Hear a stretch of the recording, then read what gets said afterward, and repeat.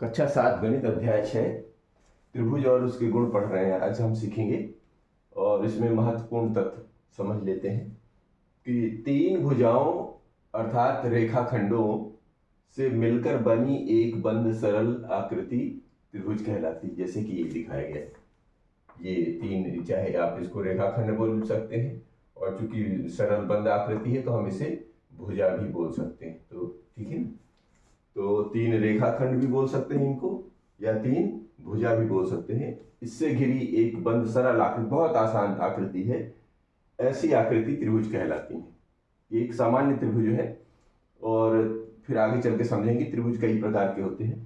तो एक त्रिभुज की तीन भुजाएं, भुजाएं का मतलब ये जो होती हैं ये भुजाएं कहलाती हैं। ये क्या कहलाती हैं?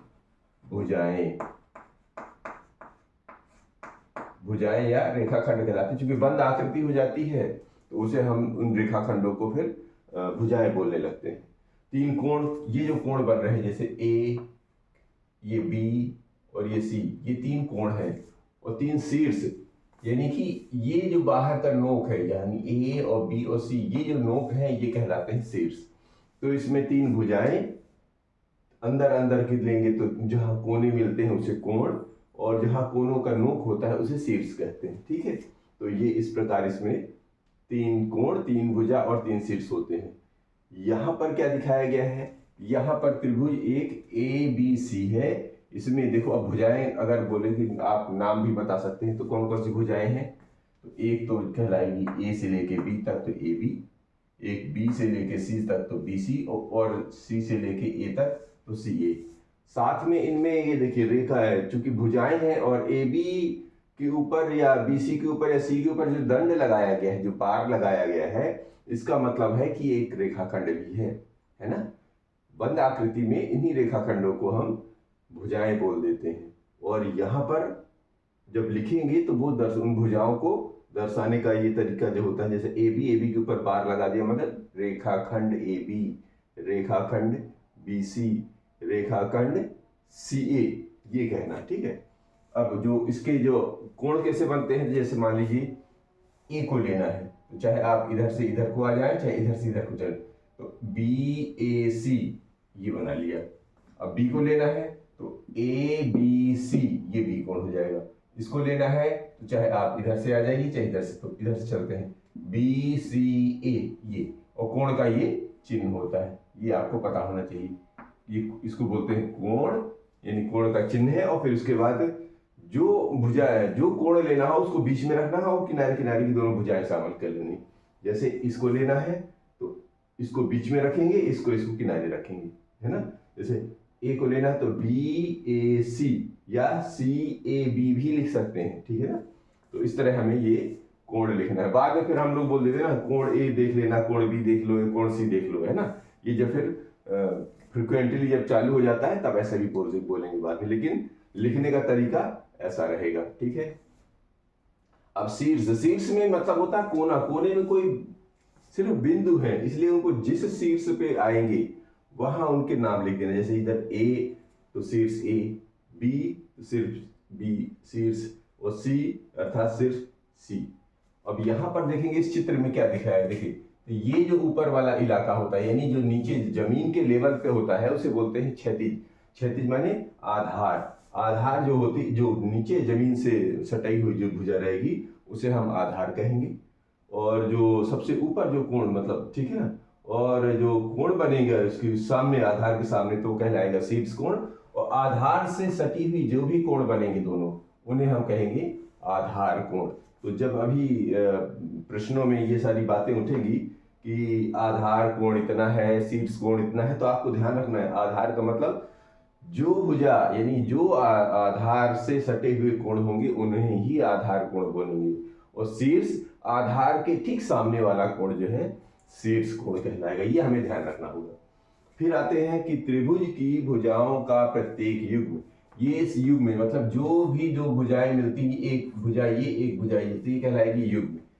इधर और इधर वाली भुजा ये एक युग्म, और इधर की भुजा ये एक युग्म कहलाएगी। ठीक है ना, युग्म माने दो चीजें।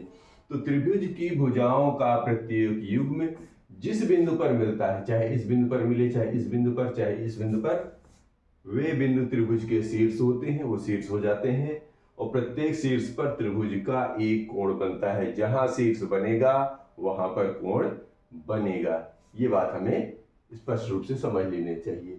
अब आएंगे इसके प्रकार पर। अब त्रिभुज के प्रकार दो प्रकार के होते हैं। यानी यदि हम उनको भुजाओं के आधार पर बांटना चाहें तो अलग प्रकार बनेगा, नाम अलग हो जाएंगे, और कोणों के आधार पर बांटना चाहें तो उनके नाम अलग हो जाएंगे। तो पहले हम अध्ययन करते हैं भुजाओं के आधार पर। भुजाओं के आधार पर ये तीन प्रकार बनेंगी। एक बनेगा समबाहु त्रिभुज। समबाहु मतलब जिसकी तीनों भुजाएं बराबर हो, जैसे ये तीनों भुजाएं एक जैसी हो, तो ऐसा त्रिभुज जिसकी तीनों भुजाएं समान लंबाई की हो समबाहु त्रिभुज कहलाता है। दूसरा इसी का प्रकार है समद्विबाहु त्रिभुज। समद्विबाहु में क्या है, दो भुजाएं समान होती हैं। ऐसा त्रिभुज जिसकी दो भुजाएं समान लंबाई की हो समद्विबाहु त्रिभुज कहलाते हैं। नहीं, ये दोनों समान लंबाई की हैं, ये छोटी बड़ी कुछ भी हो सकती है, ये कंडीशन के आधार पर, ठीक है ना। तो दो भुजाएं एक जैसी लंबाई की हो तो उनको बोल देंगे समद्विबाहु त्रिभुज। और तीसरा इसी में बनता है विषमबाहु त्रिभुज। विषमबाहु त्रिभुज क्या होता है कि इसमें कोई भी भुजा ये ना तो ये ना तो ये तीनों एक दूसरे के बराबर नहीं होती, सब अलग अलग मिलेंगे, तीन की तीनों अलग मिलेंगी। तो इसको ऐसा लिखेंगे कि ऐसा त्रिभुज जिसकी तीनों भुजाएं असमान अर्थात अलग अलग लंबाई की हो विषमबाहु त्रिभुज कहलाता है। तो ये कोणों के आधार पर हुआ, भुजाओं के आधार पर हुआ। अब कोणों के आधार पर भी देख लेते हैं कैसे होता है। अब इसी को जो है कोणों के आधार पर लेते हैं। तो इसमें जब कोणों के आधार पर त्रिभुज का वर्गीकरण करेंगे तो ये भी तीन प्रकार के मिलेंगे। तो एक कहलाता है समकोण त्रिभुज। समकोण त्रिभुज का मतलब होता है कि ऐसा त्रिभुज जिसका एक कोण 90 डिग्री, देखिए यहां पर जो है जिस भी त्रिभुज में कोई कोण यानी कि एक कोण 90 डिग्री का मिल जाए वो कहलाएगा समकोण त्रिभुज। और इसी तरह दूसरा कहलाता है न्यून कोण त्रिभुज। यानी ऐसा त्रिभुज जिसमें एक कोण, कोई भी एक कोण जो है 90 डिग्री से कम, मतलब 0 से ज्यादा और 90 से कम हो, तो ऐसा त्रिभुज कहलाता है न्यून कोण त्रिभुज। तो इसको लिखना है, ऐसा त्रिभुज जिसका एक कोण 90 डिग्री से कम होता है न्यून कोण त्रिभुज कहलाता है, ठीक है। और फिर इसी में एक तीसरा बनता है अधिक कोण त्रिभुज। तो ऐसा त्रिभुज जिसका एक कोण 90 डिग्री से अधिक हो तो वो कहलाता है अधिक कोण त्रिभुज। तो ये इस तरह के ये अधिक कोण, इसमें जो है 90 डिग्री से एक कोण अधिक दिखाया गया इधर वाला, तो ये कोण कहलाएगा अधिक कोण त्रिभुज। इसमें देखेंगे एक कोण 90 से कम दर्शाया गया है तो ये न्यून कोण, और इसमें एक कोण 90 डिग्री का दर्शाया गया है तो ये समकोण त्रिभुज। तो कोणों के आधार पर समकोण, न्यून कोण और अधिक कोण तीन प्रकार के त्रिभुज बनेंगे। तो हमने त्रिभुज के प्रकार के बारे में जाना कि भुजाओं के आधार पर तीन प्रकार से बनते हैं और इसी तरीके से कोण के आधार पर तीन प्रकार से बनते हैं। एक बार फिर तो भुजाओं के आधार पर जब बनेंगे तो उनके बोलेंगे कि जब तीन के तीनों भुजाएं समान हो तो उन्हें बोलेंगे समबाहु त्रिभुज, और जिसकी दो भुजाएं समान हो उसे बोलेंगे समद्विबाहु त्रिभुज, और जिसकी तीनों भुजाएं आपस में ना मिले यानी असमान हो तो उसे बोलेंगे विषमबाहु त्रिभुज। इसी तरह कोणों के आधार पर जिसका एक कोण 90 डिग्री का हो जाएगा उसे हम बोलेंगे समकोण त्रिभुज, और जिसका एक कोण 90 डिग्री से कम अर्थात न्यून कोण हो जाएगा तो उसे बोलेंगे न्यून कोण त्रिभुज, और जिसका एक कोण 90 डिग्री से अधिक हो जाए यानी कि 90 से ज्यादा हो जाएगा तो उसे बोलेंगे हम अधिक कोण त्रिभुज। तो ये रहे त्रिभुज के प्रकार। इसके आगे बढ़ते हैं और देखते हैं कि कोई भी त्रिभुज हो उसके तीनों जो अंतः कोण होंगे, जैसे ये और ये, इन तीनों को कोणों को जोड़ दें तो उनका योग होना चाहिए 180 डिग्री। तो ये पॉइंट हमें हमेशा याद रखना है कि त्रिभुज के तीनों अंतः कोण, त्रिभुज में तीन अंतः कोण होते हैं, तो इन तीनों अंतः कोणों का योग 180 डिग्री होता है। फिर प्रत्येक त्रिभुज की किन्हीं दो भुजाओं की मापों का योग तीसरी भुजा से बड़ा होता है। सॉरी, त्रिभुज आपको अलग अलग प्रकार के मिलेंगे, तो कोई भी दो भुजाएं जोड़ देंगे, चाहे इनको जोड़ दीजिए चाहे इनको, जो इन दोनों भुजाओं की माप को जो जोड़ होगा, जो उनका योग होगा, वो तीसरी भुजा से हमेशा बड़ा निकलना चाहिए। चाहे किसी भी प्रकार का त्रिभुज का डिजाइन हो, है ना। कोई सा भी त्रिभुज हो, समबाहु हो, विषमबाहु हो, या समद्विबाहु हो, या न्यून कोण हो, या समकोण हो, या अधिक कोण त्रिभुज हो, इन कोई सी भी त्रिभुज मिल जाए तो दो भुजाएं जोड़ेंगे तो तीसरी भुजा का जो मतलब उन दोनों का मापों का योग होगा, तीसरी भुजा से हमेशा बड़ा ही मिलेगा। फिर त्रिभुज की किन्हीं दो भुजाओं की मापों का अंतर, मतलब अब योग तो देख लिया, अब अगर उनको घटा दें तो क्या होगा, उनका अंतर जो है तीसरी भुजा, यानी कि जो तीसरी भुजा होगी, पहले वहां पे तीसरी भुजा से बड़ा आता था, अगर घटाएंगे दो भुजाओं को तो तीसरी भुजा से हमेशा छोटा मिलेगा। तो ये दोनों विरोधाभास ये हमेशा साथ चलेंगे, मतलब उसकी प्रॉपर्टीज में आ रहे हैं ये गुण में। फिर आते हैं त्रिभुज की किसी भी शीर्ष पर, ये शीर्ष कहलाते हैं हमारे, ये और ये, तो अगर इनका नामकरण भी कर दीजिए, ए, यहाँ बी और सी, ये हमारे त्रिभुज के तीन शीर्ष हो गए, ठीक है। तो त्रिभुज के किसी भी शीर्ष पर उसकी किसी एक भुजा को आगे बढ़ाने पर इसके द्वारा त्रिभुज के बाह्य भाग में, तो पहले एक भुजा बढ़ाते हैं, ये क्षैतिज भुजा है, इसी को बढ़ा लेते हैं, ये बढ़ा दिया, ये ऐसे चली गई। यहां पर एक बिंदु कोई ले लीजिए, मान के चलते हैं x, ठीक है, ये कोई एक बिंदु ले लिया जिससे पहचानने में आसानी रहे। तो इसको आगे बढ़ाने पर इसके द्वारा त्रिभुज के बाह्य भाग में आसन्न भुजा, मतलब अब देखिए जब ये बाह्य भुजा इसको बढ़ाएंगे तो आसन्न क्या होती है, ये भुजा जो दोनों में है, इधर भी काम कर रही है, इधर भी काम कर रही है, यानी ये आसन्न भुजा कहलाई, ठीक है ना। तो आसन्न भुजा के साथ बनाया गया कोण बाह्य कोण कहलाता है। ये जो आपने देखा, मतलब ये भुजा बढ़ा दी है बाहर की तरफ, तो इससे सटा हुआ जो भी कोण होगा वो आसन्न कोण कहलाएगा। तो यानी ये वाला जो कोण है ये आसन्न कोण कहलाया, और यही आसन्न कोण जो है कहलाया बाह्य कोण। ये क्या कहलाएगा, बाह्य कोण, ये कहलाएगा बाह्य कोण, ठीक है। तो त्रिभुज के किसी जिस भुजा को आप बढ़ाएंगे उससे सटा हुआ जो भुजा है, भुजा से सटा हुआ जो कोण है वो यानी आसन्न कोण बाह्य कोण कहलाता है, ठीक है। बाह्य कोण ACX, अब देख लीजिए, पढ़ लीजिए, ACX ये कहलाया बाह्य कोण। अभिमुख त्रिभुज के अंदर बने कोण, अब देखिए अभिमुख कौन होंगे, ये तो इसका पीठ हुआ, पीछे वाला भाग, अभिमुख माने इसके सामने, अब इसके सामने कौन बनाएगा, एक तो ये बचेगा, एक ये बचेगा, यानी कोण A और कोण B ये क्या कहलाएंगे, अभिमुख कोण। तो यहां पर लिखा, अब इसके सम्मुख एक ये बच रहा है कि ये बच रहा है, यानी कोण A तथा कोण B ये दोनों क्या कहलाते हैं, अभिमुख अंतः कोण। यानी कि यहाँ पर कोण A और कोण B ये दोनों क्या है, अभिमुख अंतः कोण है। क्या है, अभिमुख अंतः, ये अभिमुख अंतः कोण कहलाते हैं, ठीक है ना। फिर समझ लेते हैं कि कोई त्रिभुज लेते हैं ABC, उसमें कोई भी एक भुजा बढ़ाते हैं, तो जो भुजा बढ़ाते हैं तो संलग्न जो भुजा होती है यानी आसन्न भुजा होती है, उससे सटा हुआ कोण जो बनता है वो कहलाता है बाह्य कोण।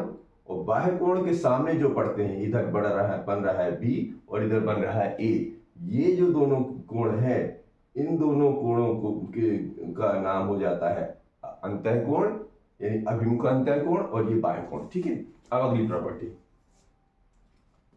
किसी भी त्रिभुज में प्रत्येक बाह्य कोण, यानी ये जो बन रहा है बाह्य कोण, अपने दोनों अभिमुख अंतः कोणों के योग के बराबर होता है।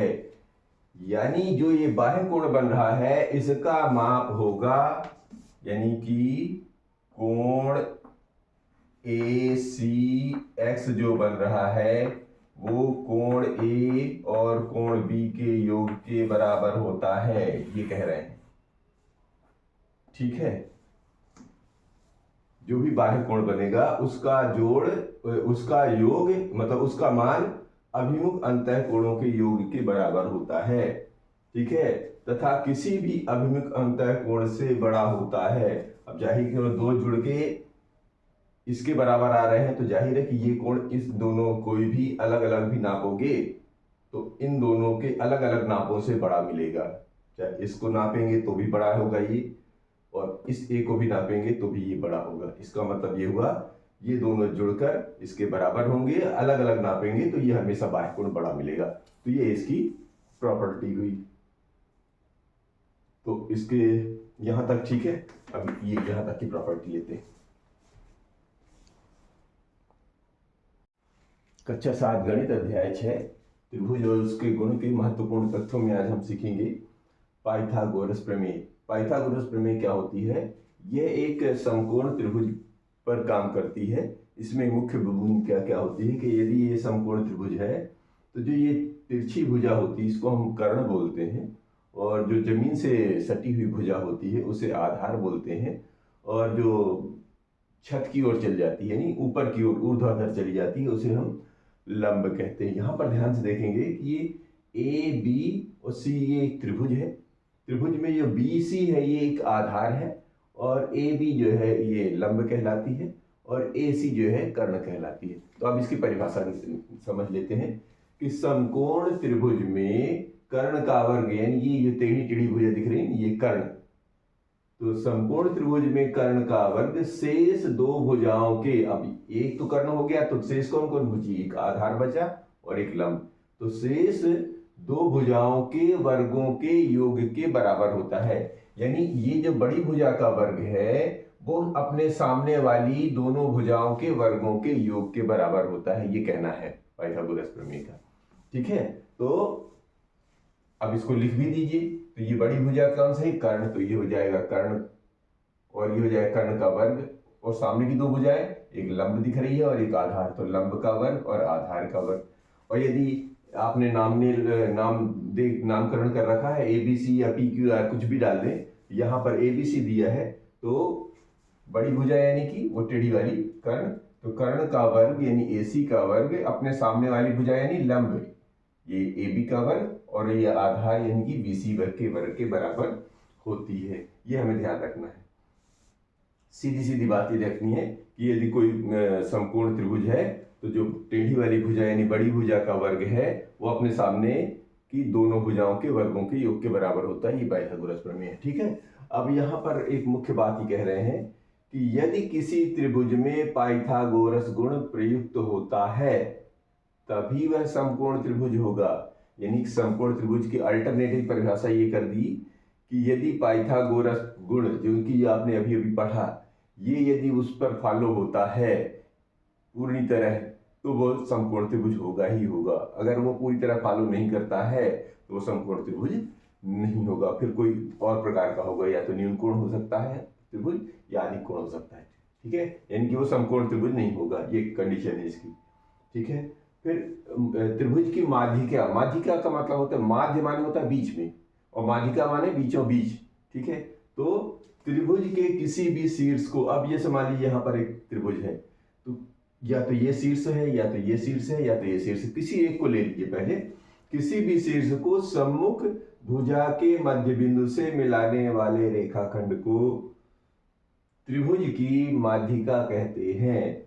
यानी कि जैसे मान लीजिए ये सामने वाले की भुजा ये यहाँ पे बीच में है, तो इससे इसको मिलाएंगे, ऐसे लंब डालेंगे ये। अब इसका नामकरण भी कर सकते हैं आप, मान के चलते हैं P, इससे खींचेंगे तो ये कहाँ पर आएगा? यहाँ पर। इससे इसको मिला लीजिए, इसको ले लीजिए Q। अब इससे यहाँ बीचों बीच आएगा तो इससे इसको मिला लो, ये देखिए। तो इसको ले लीजिए R, नामकरण कर लीजिए। तो ये जो रेखाखंड है, मतलब आप जो इसको पूरा पूरा कर दीजिए, यहां से ये एक रेखा बना, तो ये रेखाखंड बना ना, यहां से ये दो भागों में बांटेगा। यहां से एक भाग इधर कहलाएगा, एक भाग इधर कहलाएगा, और यहां से ये, तो ये एक भाग, दूसरा भाग इधर से, तो एक भाग इधर एक भाग इधर। ठीक है, तो ये कहलाते हैं, क्या कहलाते हैं? माध्यिका। तो किसी भी त्रिभुज में कुल 3 माध्यिकाएं होती हैं। अब इनमें कौन कौन सी 3 माध्यिकाएं इसमें कौन सी लिखी हैं? एक तो निकाई है आपने AQ, ये हो जाएगा AQ, और बीपी, बीपी और सीआर, सीआर, तीन माध्यिकाएं ये आर हैं किसमें, इस त्रिभुज में। आप नामकरण बदल दीजिए, LMN कर दीजिए, कुछ और भी नाम दे सकते हैं, PQR XYZ कुछ भी डाल सकते हैं। तो ये जो बीचों बीच मिलाएंगी, यानी कि इस शीर्ष के सामने का मध्य बिंदु, इस शीर्ष के सामने का इधर मध्य बिंदु, इस शीर्ष के सामने का इधर मध्य बिंदु, इनको मिला देना है। तो जो रेखाखंड से मिलाएंगे, यानी जिस भुजा से मिलाएंगे, वही उसकी माध्यिका होती है। ये बात क्लियर हो गई।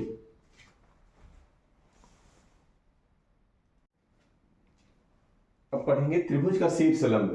तो किसी त्रिभुज के शीर्षलंब क्या होता है कि त्रिभुज, जैसे यहाँ पर जैसे एक त्रिभुज दिया है, यहाँ से ऐसा पत्थर गिराएंगे तो जिधर सामने वाली भुजा पे गिरे, यानी इसी को तो लंब बोलते हैं। यानी कोई भी चीज छोड़ेंगे तो कैसे आता है, सीधा आता है ना ऐसे। तो यहाँ से अगर कोई चीज सीधी रेखा खींचे तो जिस जगह पर आके रुकेगा वही कहलाता है उसका लंब। और लंब का मतलब होता है वो कोण 90 डिग्री का बनाएगा, ऐसा। ठीक है, तो इसी को बोलते हैं शीर्षलंब। अब इधर से जैसे मान लीजिए इसमें से लंब डालेंगे तो ये जिधर सामने वाली भुजा पे जाके गिरेगा, ऐसा, ये जैसे उधर मध्यिका से गिरे, तो जो गिरेगा इसी को बोलते हैं 90 डिग्री, यानी यही है शीर्षलंब। इधर से इधर मिलाएंगे तो जहां भी जाके गिरेगा वही उसका शीर्षलंब कहलाएगा, है ना। यहाँ पे जैसे यहाँ से जाएगा तो ऐसा, यहाँ पे जो गिरेगा ये, यानी दोनों 90-90 डिग्री हो जाते हैं, ये कहलाते हैं शीर्षलंब। तो जैसे यहाँ पर ए से पी डाले, इसके मान लो क्यू बना लीजिए, तो इससे इसको बना लीजिए क्यू CR। अब इसकी परिभाषा देखते हैं, इसके बारे में क्या लिखा है कि किसी त्रिभुज के शीर्ष से, ये जैसे मान लीजिए इस शीर्ष से सम्मुख भुजा पर, ये सामने वाली भुजा को सम्मुख भुजा बोलते हैं, डाले गए लंब को त्रिभुज का शीर्षलंब कहते हैं। तो यहाँ पर क्या है, ए से डाले हैं BC पर तो AP, AC पर यहाँ B से डाला तो BQ, और AB पर C से डाला तो ये CR, ये शीर्षलंब कहलाते हैं। आगे देखिए, किसी भी त्रिभुज में 3 शीर्षलंब होते हैं, ये 3 शीर्षलंब होते हैं। इस त्रिभुज ABC में 3 शीर्षलंब क्रमशः, एक का नाम AP, एक का नाम ये BQ, और तीसरे का नाम ये CR है, ये शीर्षलंब कहलाते हैं। ये क्लियर हो गया। अब एक पॉइंट और है कि समकोण त्रिभुज में समकोण के सामने की भुजा, देखिए अगर समकोण त्रिभुज है तो समकोण बनने का क्या चिन्ह है, ये वाला, यानी यहां जो भी समकोण त्रिभुज बनेगा उसके सामने की भुजा कर्ण कहलाती है, तथा अन्य दोनों भुजाएं, यानी अब ये तो कर्ण हो गया, तो ये दोनों भुजाएं बची, यानी जिस पर वो 90 डिग्री बना हुआ है, ये इसके पाद कहलाते हैं। एक का नाम कहलाता है आधार और एक का नाम होता है कर्ण। अभी हमने शुरुआत में ही पाइथागोरस प्रमेय में समझ लिए हैं। तो यहाँ पर क्या हुआ, ये सामने वाली ये समकोण त्रिभुज के जहां पर ये समकोण बन रहा है, ये इसके सामने की भुजा ये कहलाई कर्ण, कर्ण के सामने ये दोनों कहलाएंगे पाद। एक का नाम होगा पाद माने पैर, पाद माने पैर, ये इसके सामने के दोनों पैर हैं, यानी भुजाएं हैं इसकी। तो एक का नाम होता है आधार और एक का नाम होता है कर्ण। तो इस तरह हम इसके महत्वपूर्ण गुणों का अध्ययन कर चुके हैं। अब इस पर हम प्रश्नावली पर प्रवेश करेंगे।